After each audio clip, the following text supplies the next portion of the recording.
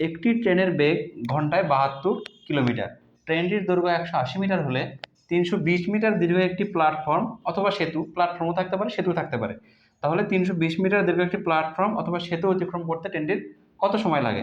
তাহলে আমরা জানি হচ্ছে যে ট্রেনের যে গতিবেগটা দেওয়া আছে, এই যে গতিবেগ, এটা হচ্ছে দেওয়া আছে কিসে? 72 কিলোমিটার পার ঘন্টা। তাহলে আমরা প্রথমত কি করব, এই 72 কিলোমিটার পার ঘন্টাকে আমরা মিটার পার সেকেন্ড করব, অর্থাৎ প্রতি সেকেন্ডে কত মিটার এটা আমরা বের করব। কেন বের করব? কারণ আমাদের যে এখানে দূরত্ব, কত দূরত্ব অতিক্রম করতে হবে সেটা কিন্তু মিটারে দেওয়া আছে, 320 মিটার বা 180 মিটারে দেওয়া আছে। ঠিক আছে, তাহলে এর গতিবেগ কত? 72 কিলোমিটার পার ঘন্টা। তাহলে এটাকে আমরা মিটার পার সেকেন্ড করব। 72 গুণন, এটা শর্টকাট হচ্ছে যে 5/18 দ্বারা গুণ করতে হবে। কি দ্বারা? 5/18 দ্বারা।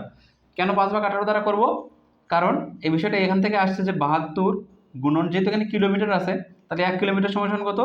1000 মিটার। আবার 1 ঘন্টা সমান কত সেকেন্ড? 3600 সেকেন্ড। তো এই 1000/3600 যদি কাটাকাটি করি তাহলে কত আসে? 5/18 আসে।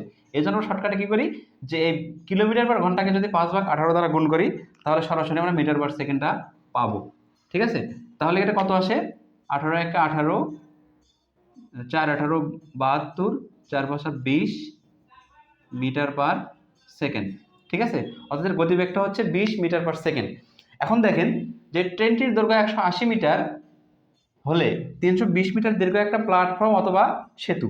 তাহলে আমরা দেখি যে এটা ধরি একটা ট্রেন। ঠিক আছে, এটা একটা ট্রেন, এটার দৈর্ঘ্য হচ্ছে 180 মিটার। আবার যে প্ল্যাটফর্মটা আছে, এই প্ল্যাটফর্মটা দৈর্ঘ্য হচ্ছে কত? 320 মিটার। তাহলে আসলে এই 320 মিটার প্ল্যাটফর্মটাকে অতিক্রম করতে কত সময় লাগবে? তাহলে মোট কতটুকু দূরত্ব তাকে অতিক্রম করতে হবে? এই 320 মিটার প্ল্যাটফর্ম অতিক্রম করতে গেলে ট্রেনটিকে কতখানি দূরত্ব অতিক্রম করতে হবে? অর্থাৎ তাহলে ট্রেনটি যদি এখানে যখন আসবে তখন এখান থেকে শুরু করে আবার ট্রেনটির শেষ মাথায় এখানে যখন পৌঁছানো পর্যন্ত মোট অতিক্রান্ত দূরত্ব হচ্ছে 180 যোগ 320 মিটার সমান কত? 500 মিটার। তাহলে ট্রেনটিকে এই প্ল্যাটফর্মটা সম্পূর্ণরূপে অতিক্রম করতে হলে ট্রেনটিকে মোট অতিক্রম করতে হবে প্ল্যাটফর্মে 320 মিটার প্লাস ওই ট্রেনের 180 মিটার। অনুরূপভাবে যদি সেতুর কথা থাকে যে এত মিটার সেতু অতিক্রম করতে কত সময় লাগবে, বিষয়টা যে এমনই যে সেতুর দৈর্ঘ্য প্লাস মোট ট্রেনের দৈর্ঘ্য দুটো মিলে যত হবে ঠিক ততখানি দৈর্ঘ্য অতিক্রম করলে পারেই কিন্তু ট্রেনটা সম্পূর্ণরূপে সেতুটি বা প্ল্যাটফর্মটা অতিক্রম করতে পারে। তাহলে বিষয়টা এরকম দাঁড়ালো যে তাহলে মোট কত দূরত্ব অতিক্রম করতে হচ্ছে?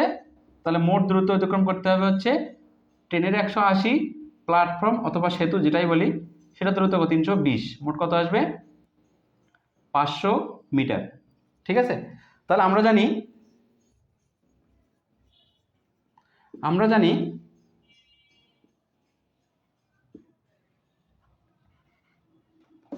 গতিবেগ সমান সমান দূরত্ব ভাগ সময়। এটা হচ্ছে সূত্র যে গতিবেগ সমান সমান হচ্ছে দূরত্ব ভাগ সময়। তা আমরা কি বের করব? সময় বের করব। তাহলে সময় সমান হচ্ছে দূরত্ব ভাগ বেগ।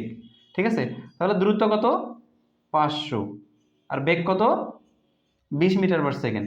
তাহলে করে ফেলি, 0 0 কেটে দিলাম, 2 × 2 25 2 × 50, তাহলে 25 সেকেন্ড। তাহলে এই 320 মিটার একটি প্ল্যাটফর্ম অথবা সেতু অতিক্রম করতে ট্রেনটির সময় লাগবে কত সেকেন্ড? 25 সেকেন্ড।